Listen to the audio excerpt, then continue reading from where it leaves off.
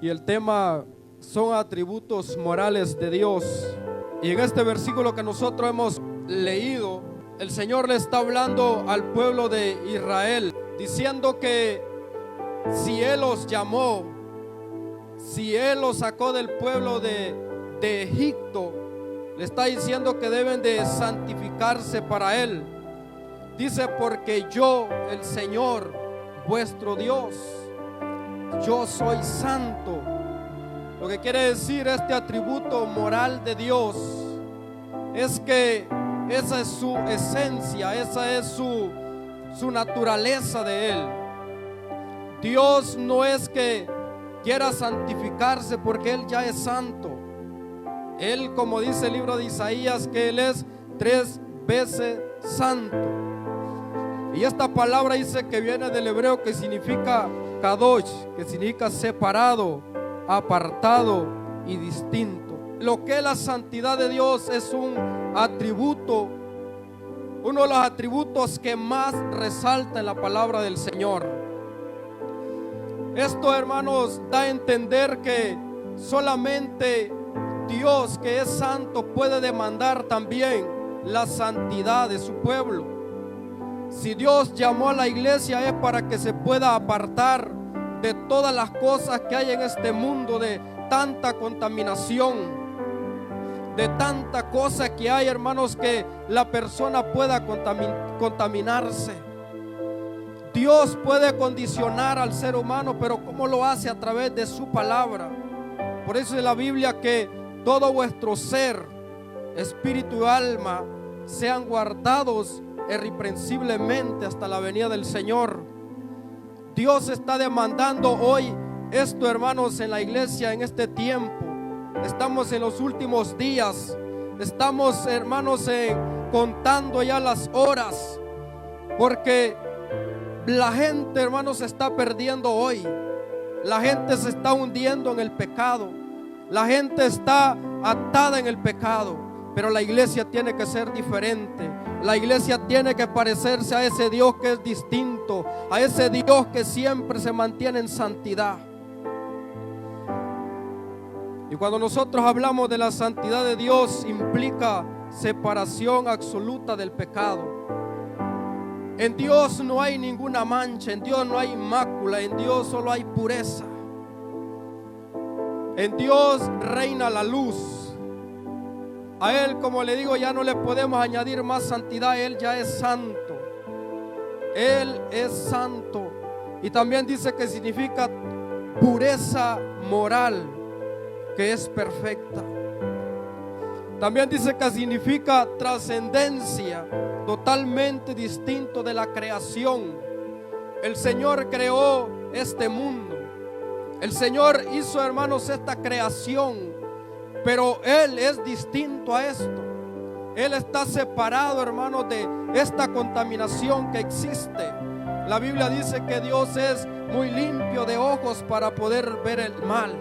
Entonces, ¿qué podemos hacer nosotros como creyentes si nos acercamos a un Dios moralmente santo? Si es 3 veces santo y que nosotros no llegamos a ese nivel de la santidad de Dios, entonces, ¿cómo estamos nosotros? Salimos condenados, porque nosotros no podemos llegar hasta ese estándar de esa santidad infinita de Él. Nadie puede llegar, porque Él, hermanos, es santo. Pero tenemos que santificarnos y santificarnos. ¿Por qué? Porque somos imperfectos. Su santidad es perfecta. Y también la santidad de Dios dice que produce majestad y reverencia. Aquellas personas que se acercan a Dios tienen que contemplar su grandeza, que esa santidad pueda producir en el corazón del creyente, hermano, ese respeto, esa reverencia a Dios, que cuando usted se acerca ante ese Dios santo, tenga respeto ante Él. Él no es cualquier cosa. No sabemos reconocer esa presencia que causa reverencia en el ser humano, que cuando nosotros somos confrontados con esa santidad, el ser humano lo que puede decir: ay de mí, que soy muerto. Eso es lo que la persona, hermano, suspira cuando en realidad tiene un encuentro personal con ese Dios santo.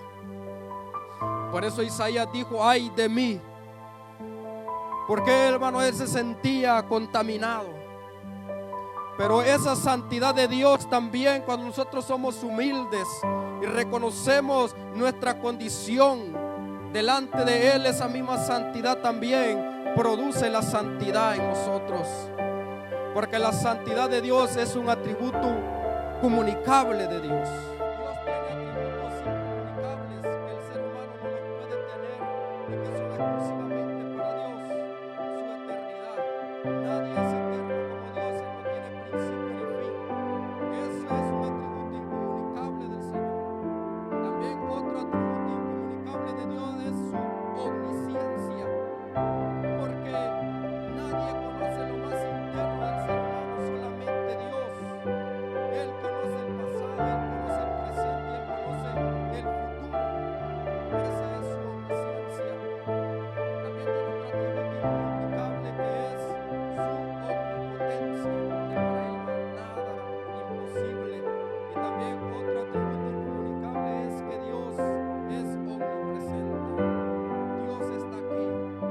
Dios está aquí, hermano. Usted crea lo que Él está aquí. Él está en su casa. Él está, hermanos, en Honduras. Él está también, hermanos, en Puerto Rico. Él está, hermanos, en todos lados. Él está, hermanos, en México. Él está en El Salvador. Donde quiera, hermanos, que se encuentre el ser humano, Él lo llena todo. Él está presente al mismo tiempo. Ese es el Dios que nosotros adoramos. Pero vemos este atributo de Dios, que es su santidad. Ese atributo de Dios es que Él lo puede comunicar. Ese atributo de Dios Él lo puede transmitir al ser humano. ¿Y cómo lo transmite? A través de su palabra, a través de su Santo Espíritu, que comienza, hermano, a santificar, a hacer un cambio en el ser humano. Ese es nuestro Dios. Y cuando nosotros hablamos también de este atributo de la santidad de Dios, este atributo, hermano, es el que reina sobre todos los atributos morales de Dios. De las cosas que nosotros podemos ver, el amor de Dios que es santo, el amor tan perfecto de Dios. Y a veces mucha de la gente dice que Dios es amor, pero no entiende a veces la profundidad que hay en ese amor de Dios. No entiende cómo Dios es que nos logra amar. Si decimos que Dios es santo, esa santidad demandaba una justicia. Esa santidad mandaba que el pecado debía de ser castigado. Nosotros no podíamos estar delante del Señor porque nosotros éramos condenados delante de Él. Si nosotros apelamos ante el tribunal de Dios, nosotros moralmente salíamos condenados. Y por mucho que rogáramos, por mucho que le pidiéramos a Él, no podíamos nosotros poder ser aceptos ante Dios. ¿Qué pasa cuando usted va ante un juez y una persona ha robado, una persona mata? Y ese juez es compasivo en el tribunal, le dice: mira, porque soy compasivo te voy a dejar libre. Porque soy compasivo te voy a dejar libre.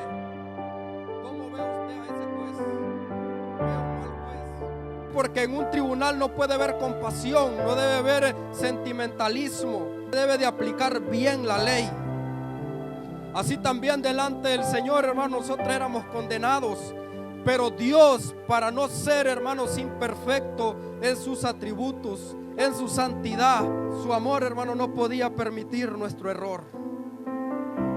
El amor de Dios, sí es cierto que nos ama, pero su amor corrige al ser humano. Ese amor no es que va a decir: está bien, sigue pecando. No, no se trata de eso, sino que ese amor corrige. Ese amor disciplina. Y la justicia de Dios también demandaba un castigo para el pecado. Y entonces, ¿qué pasó? Para que Dios, hermanos, pudiera salvar al ser humano, tenía que venir alguien perfecto, alguien, hermanos, sin mancha, también algo inocente. Y ese es Jesús de Nazaret, donde se juntó, hermanos, la justicia, el amor de Dios y la santidad de Dios se juntaron en la cruz del Calvario. Ahí donde nosotros, el ser humano, puede encontrar perdón, porque allí la santidad de Dios fue satisfecha. Vemos, hermanos, que no hubo misericordia cuando Jesús murió en la cruz del Calvario. Hermanos, sufrió una muerte dolorosa. Dios no miró con misericordia a su Hijo, porque el pecado del mundo, hermanos, fue llevado sobre la cruz del Calvario. Y es ahí donde el ser humano encuentra perdón. Es ahí donde el ser humano encuentra la victoria del pecado, porque el pecado estaba reinando, pero ahora Cristo reina, hermanos, sobre el corazón del ser humano. Ahí donde está la victoria del ser humano, porque ahí se encontró, hermano, la justicia de Dios. Dios no anduvo con compasión con su Hijo. Dios no anduvo, hermanos, con sentimientos, sino que Jesús cargó todo ese pecado sobre Él. Él lo llevó en la cruz del Calvario. Y es ahí donde nosotros encontramos nuestro perdón. Pues le digo, nosotros no podemos alcanzar ese estándar de la santidad de Dios, pero somos salvos por la gracia de Jesús. Somos salvos, hermanos, por esa muerte que Él se puso en vez de nosotros y se entregó voluntariamente. Por eso le digo, estamos condenados, y Dios quedó perfecto, hermanos, también en su santidad. Quedó perfecto también en su justicia, porque ya el pecado ya fue castigado, ya fue condenado. Y es ahí donde nosotros alcanzamos, hermanos, el perdón de nuestras vidas, porque Él se puso en propiciación de nuestros pecados. Él derramó su sangre, y esa sangre todavía está vigente. Esa sangre todavía sigue purificando los corazones. Dios ama a las personas, y por eso el versículo que estaba leyendo dice: vuestras personas se santificarán. Porque Dios no viene, hermanos, como muchas las veces dice la gente, por un corazón. Dios viene por todo su cuerpo. Dios viene por su alma. Dios viene por su espíritu. Todo su ser debe de guardarse para Él. Todo su ser debe reflejar la gloria de Dios en este mundo, para que pueda manifestar ese amor perfecto de Dios. Dios es grande. El amor de Dios, como le digo, no es permisivo. La justicia de Dios, hermanos, tenía que cumplirse, porque si Dios no castigaba el pecado, entonces Dios quedaba un Dios como un mal juez. Porque hay veces, hermanos, que una persona, como le digo, los pecados que se castigan, a veces ante un judicial, ante un juez, a veces son robo, homicidio. Pero hay pecados, hermanos, que no se pueden llevar ante un tribunal humano, que es la codicia, que es el rencor, porque eso está dentro del ser humano, pero eso solamente Dios es que lo puede juzgar. Por eso le digo que Dios es un Dios perfecto, que Él lo conoce todo. Él sabe todo del ser humano. Y donde yo le puedo decir a aquel que vino hoy también, que hoy hay esperanza también para su vida. Ya Dios ya pagó el precio de su pecado. Éramos nosotros que teníamos que morir en la cruz del Calvario, pero vemos que Jesús se puso. Solamente Jesús fue el único que pudo cumplir esa justicia. Solamente Jesús era que tenía la capacidad de poder cargar todo el peso del pecado que hay en esta humanidad. ¿Qué le resta al ser humano hoy? Agarrarse de la gracia de Dios. Pero Dios es un Dios justo. Su carácter es santo. Su carácter es amor. Su carácter es verdad. Su carácter es compasión. A ese Dios nosotros no lo acercamos ante un Dios que mucha gente lo ve, hermanos, como un Dios malo, sino que Él es bueno. Solamente Él es bueno. Ezequiel 9:3. Y la gloria del Dios de Israel se elevó de encima del querubín, sobre el cual había estado al umbral de la casa. Y lo que resalta, hermano, en el primer versículo que nosotros leímos, es de cómo la gloria de Dios, hermano, se alza.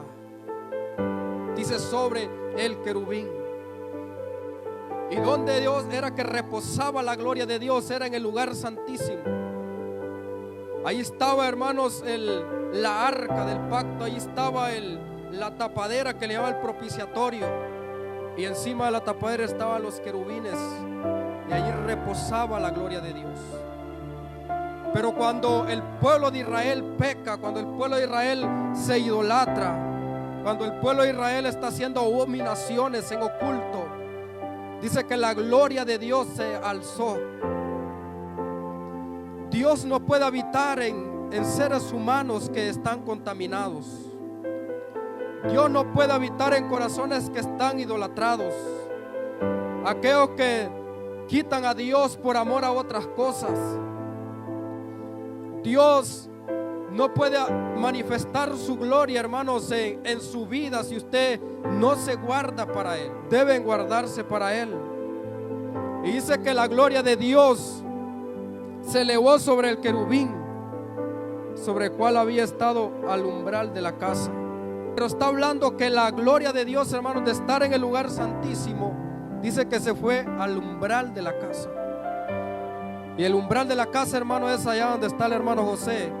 Vamos a decirle que es esa casa de estar en el lugar santo. Pero ¿por qué Dios se levantó su gloria y se fue al umbral? Porque dentro del templo, hermanos, habían pecados. Estaban adorando ídolos. Mujeres que estaban gimiendo al dios Tamuz. Y Dios no le agradó eso. Dijo, entonces no me quieren. No quieren tener mi presencia. Mejor me voy. Y esto vemos de cómo Dios se va progresivamente del ser humano. Dios, hermano, no se va al instante. Si usted está muerto espiritualmente es a veces por un descuido. Pero Dios siempre ha ido despacio, o nosotros mismos lo estamos sacando a Él.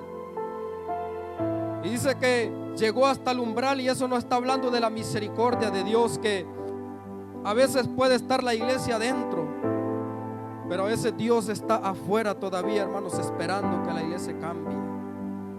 Porque a veces no miramos que la gloria de Dios se derrama porque Dios ya no está. Y tal vez está ya, hermanos, a la entrada, diciéndole a las personas todavía que se santifiquen, diciéndole que Él es un Dios puro, un Dios santo, y que tienen que guardarse para Él. Y en el libro de Ezequiel también encontramos que dice que después de estar en el umbral, dice que se fue hacia la puerta del oriente. Y vemos cómo Dios se va saliendo, hermanos, del templo. Y dice que después de estar en la puerta del oriente, dice que también se fue aún de la ciudad. ¿Sería que Dios quería irse? ¿O fue el ser humano, hermanos, o el pueblo de Israel que quiso que la gloria de Dios se fuera? Somos nosotros. A veces no se siente la presencia de Dios porque nosotros estamos mal delante de Él. Nuestra vida no ha estado recta delante del Señor.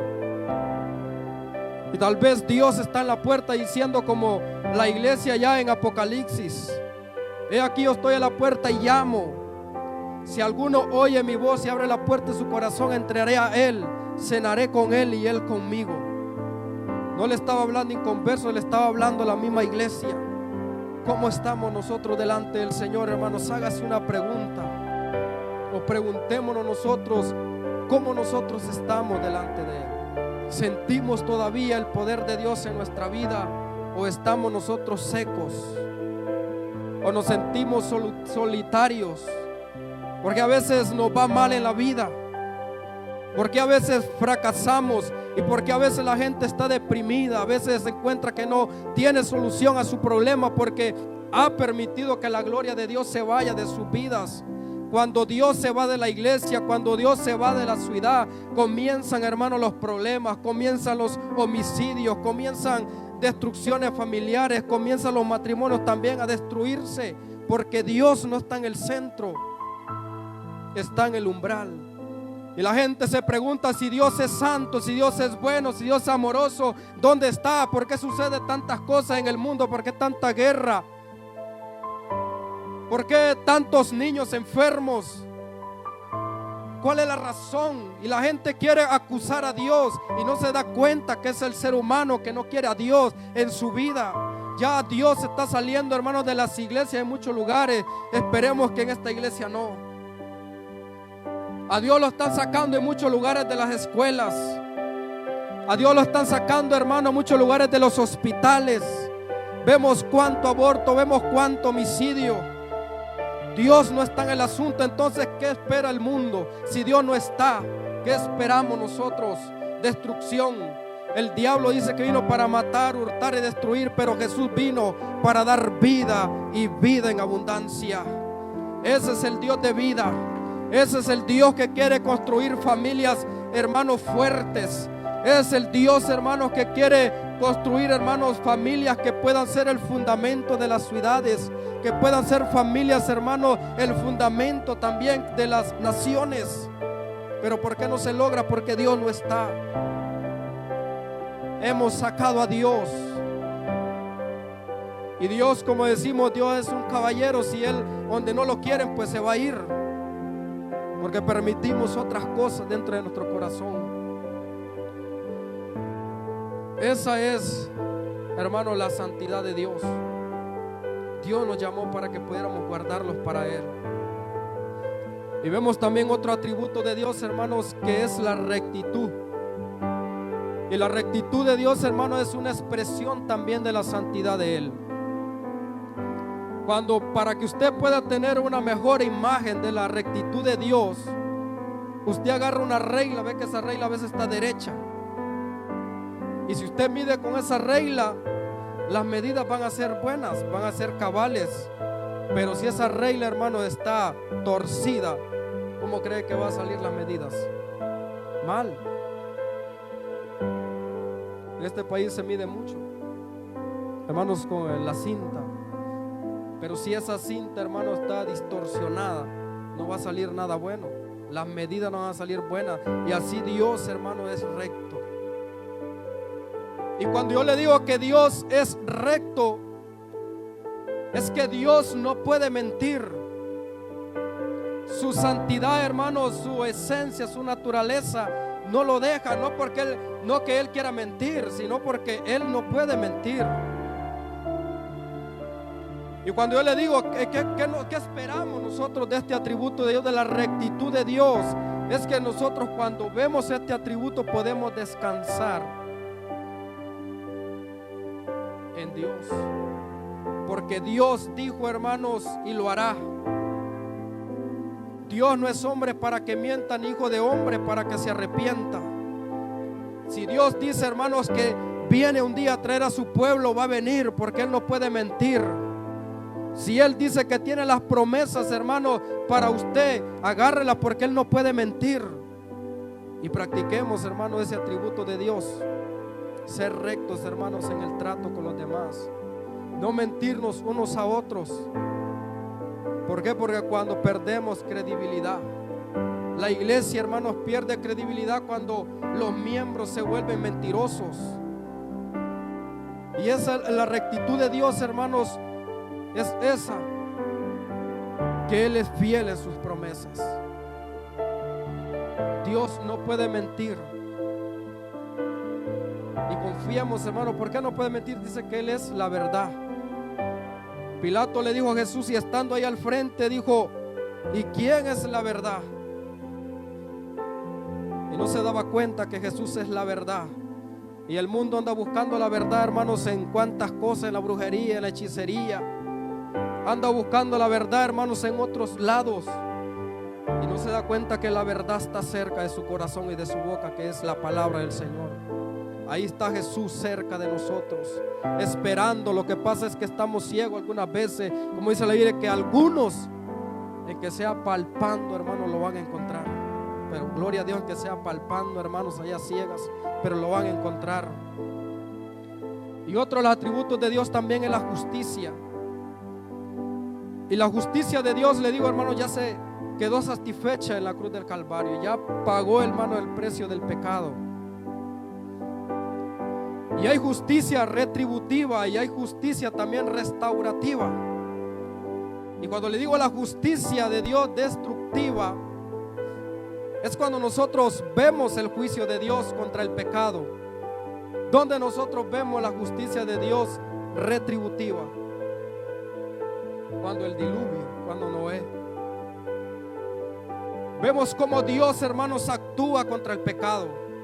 Y esa es la confianza que la gente tiene, que si Dios es amor, y una confianza vana, porque dice: Dios en aquel día va a tener misericordia. Es mejor ahorita en el trono de la gracia que estar, hermanos, ante el trono blanco, porque dice que eso ve pureza, eso ve, hermanos, la santidad de Dios, y que delante de Él no se puede levantar el pecado. Y es ahí, por más que le ruegue, por más que le busque a Dios, en ese momento no va a haber perdón, ya no va a haber misericordia, porque Dios, hermano, no juzga por sentimientos. Dios va a condenar el pecado.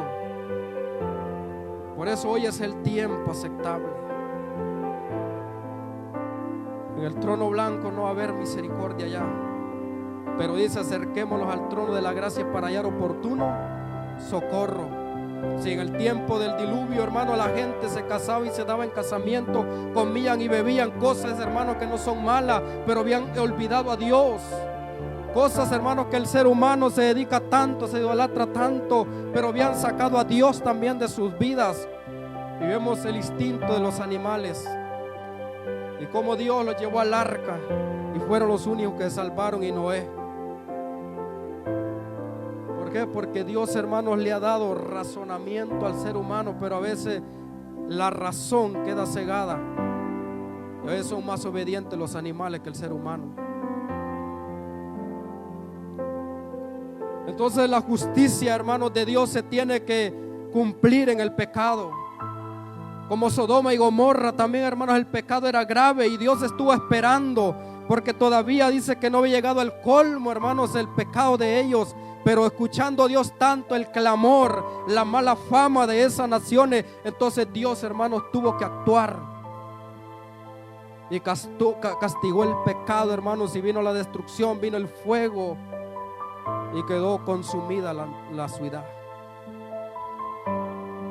Pero ¿dónde vemos nosotros la justicia de Dios, hermano? Restaurativa, en la cruz del Calvario. Para mucha gente, hermano, la cruz no tiene precio.